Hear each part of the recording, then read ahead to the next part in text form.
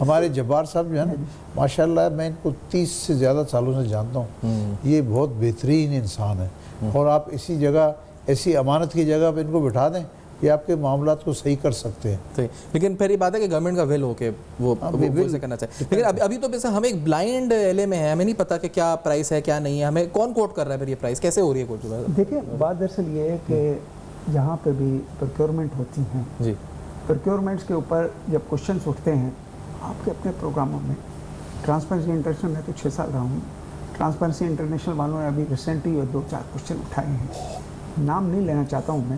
دیکھیں serious things, 2-4 وہ چیزیں جو کسی نے آ کر آؤٹ آف بریوٹی اور I don't know out of jealousy, problem سب سے بڑا یہ بھی تو ہے نا اس ملک میں کہ آپ جو ہے وہ out of jealousy, out of enmity کہیں پہ پروجیکشنز ہوتی ہیں, مگر on the basis of fairness projection ہونی چاہیے, on the basis of fairness, جس کا حل یہی ہے کہ ہر چیز ڈال دیں ویب کے اوپر. Let the professionals, let the experts, let the business man, اس کو دیکھیں کہ بھئی یہ جو کچھ ہو رہا ہے جس کے آخر میں ریسیپینٹ کون ہے, کنزیومر ہے, اسٹیک ہولڈر ہے, اس ریسیپینٹ کو اگر وہ کسی کمپیٹیٹو پرائز پہ ملتا ہے تو میرے اپنے خیال میں اکانومی کے خد و خال بھی پھر کمپیٹیٹو ہوں گے.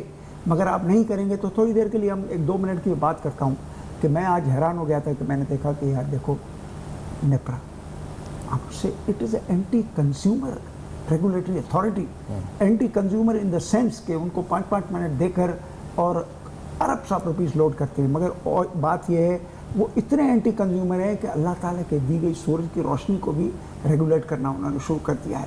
آپ دیکھیں کہ پہلے نیٹ ٹو نیٹ ہو رہا تھا, نیٹ میٹرنگ کا مطلب یہ تھا, مگر اس میں بھی آپ دیکھیں کیا ڈنڈی ماری جا رہی ہے.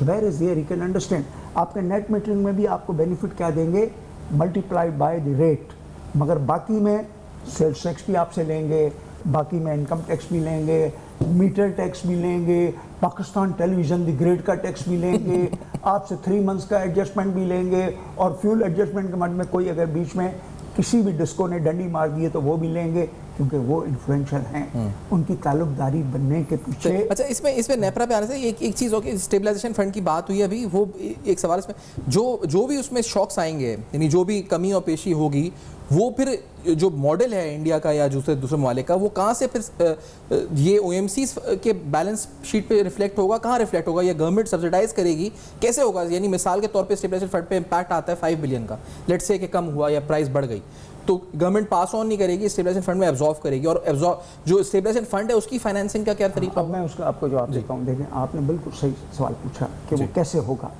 دیکھیں اگر تھوڑی دیر کے لیے او ایم سی کے اوپر اس وقت میں وداؤٹ پریجوڈس بات کر رہا ہوں, ابھی کسی قسم کی کوئی بھی ایک لیگل اپنے اوپر برڈن بھی نہیں لے رہا ہوں میں, کہ او ایم سی کے اوپر کیا باتیں آ رہی ہیں کہ ونڈ فال پروفٹ, ریفائنڈ کا ونڈ فال, اس کا گورنمنٹ کو چاہیے کہ ایک ڈپینڈنٹ آڈٹ کروائے کہ کیا یہ جو عوام الناس, آپ کے ٹی ویوں میں لوگ باتیں کرتے ہیں, میں سنتا رہتا ہوں ونڈ فال پروفٹ, ونڈ فال پروفٹ, یوٹیوبوں میں انہوں نے بڑے پیسے کما لیے.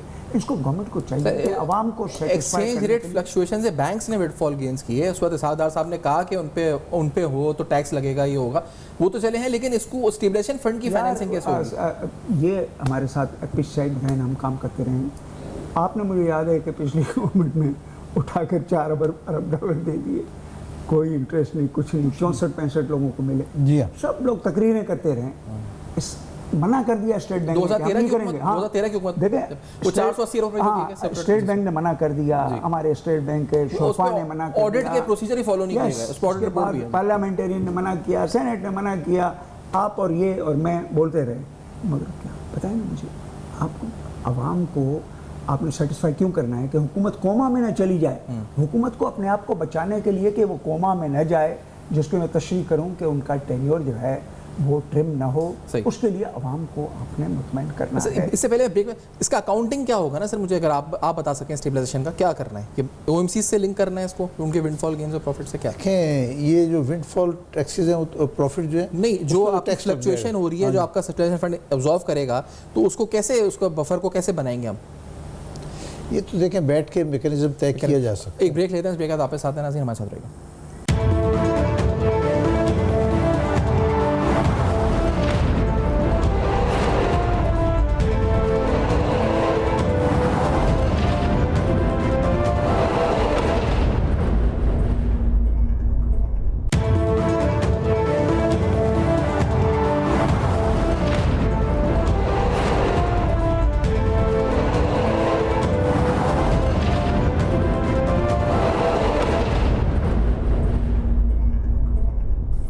Welcome back. آپ دیکھ رہے ہیں بے نقاب. اور بے نقاب میں بڑے اہم سوال آتے ہیں حقائق پر مبنی کہ آخر کار جو پروسیجر فالو کیا جا رہا ہے, نیا نظام ہے, بات ڈی ریگولیشن کی جا رہی ہے, لیکن اس ریگولیٹری فریم ورک کے ساتھ کیا جو آبجیکٹیو ہے ڈی ریگولیشن کا, یا جو ہم اس طرح کہیں کہ جو بینیفٹس ہیں ڈی ریگولیشن کے, وہ پاس آن ہو پائیں گے یا نہیں ہو پائیں گے؟ اچھا, اس میں جو اس کا جو امپیکٹ ہے اکنامک اسٹیبلٹی پہ اور انفلیشن پہ بھی بات کر لیتے ہیں. انفلیشنری امپیکٹ کیا ہے زبیر صاحب, کیا امپیکٹ ہے دونوں سے, آپ دونوں کی رائے کیا آپ کو لگتا ہے نئے فارمولے کا امپیکٹ انفلیشنری؟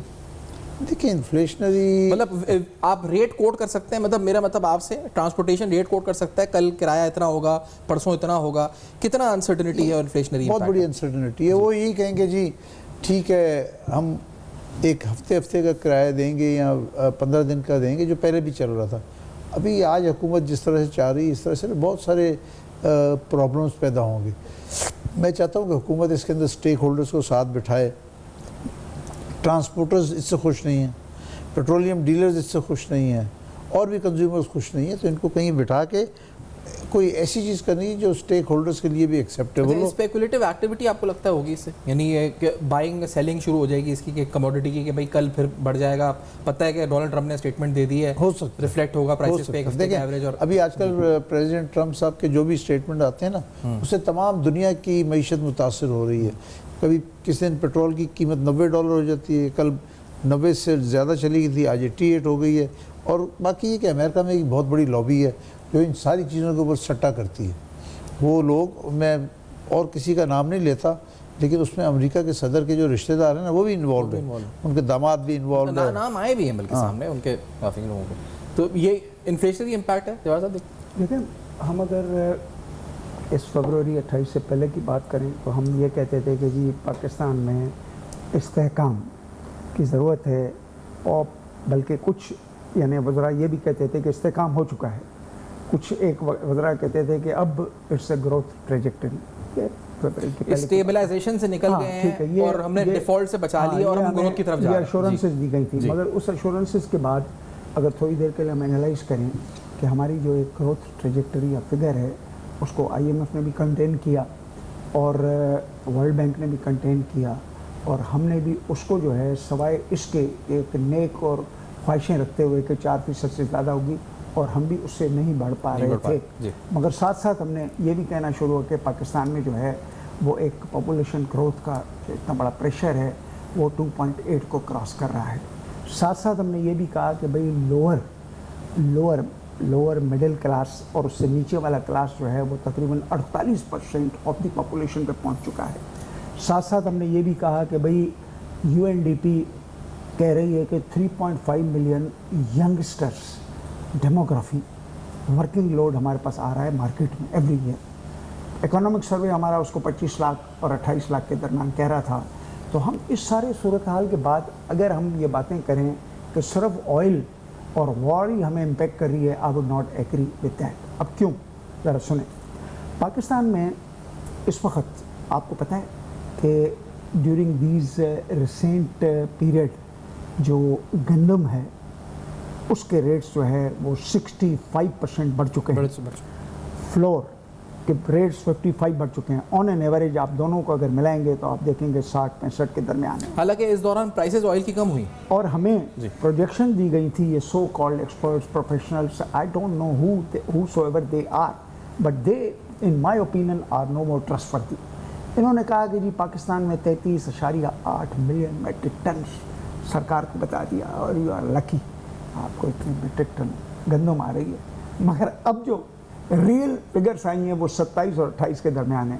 گاڈ فاربڈ وہ ہو سکتا ہے 26 اور 25 میں بھی جائے. آئی ایم وشفل, بلکہ آئی پرے کہ نہیں نیچے نہ جائیں. تو آپ مجھے بتائیں کہ CPI آپ کا یعنی مستند اکنامسٹ, جو فوڈ باسکٹ ہے ٹاپ موسٹ مستند اکنامسٹ کہتے ہیں کہ CPI آپ کے جون میں 11.75 پہ ہو گیا ہے ڈیفینیٹلی, اور آپ کا جو سینسٹیو پرائز انڈیکس جس میں 51 چیزیں آتی ہیں وہ افیکٹ کرتا ہے آپ کے لوور مڈل کلاس کو. وہ تو آلریڈی کرش ہو جو ویکلی بنیاد پہ آتا ہے. کچھ دنوں کے بعد ہمارے گورنر صاحب آئیں گے, وہ کہیں گے ہم کیا کریں. دیکھیں ہماری لنکیج جو ہے ڈسکاؤنٹ ریٹوں کے اوپر, ہماری لنکیج جو ہم کیا کریں, ان کا تو پرائمری رول ہے ٹو کنٹین انفلیشن نا چیزیں, لیکن ان سے کو پوچھے تو کہ وہ آپ کر رہے ہیں نہیں کر رہے. دیکھو اسٹیٹ بینک کا آپ قانون تو پڑھو. اسٹیٹ بینک میں یہ ہے کہ the fiscal and MPS will work together in tandem towards what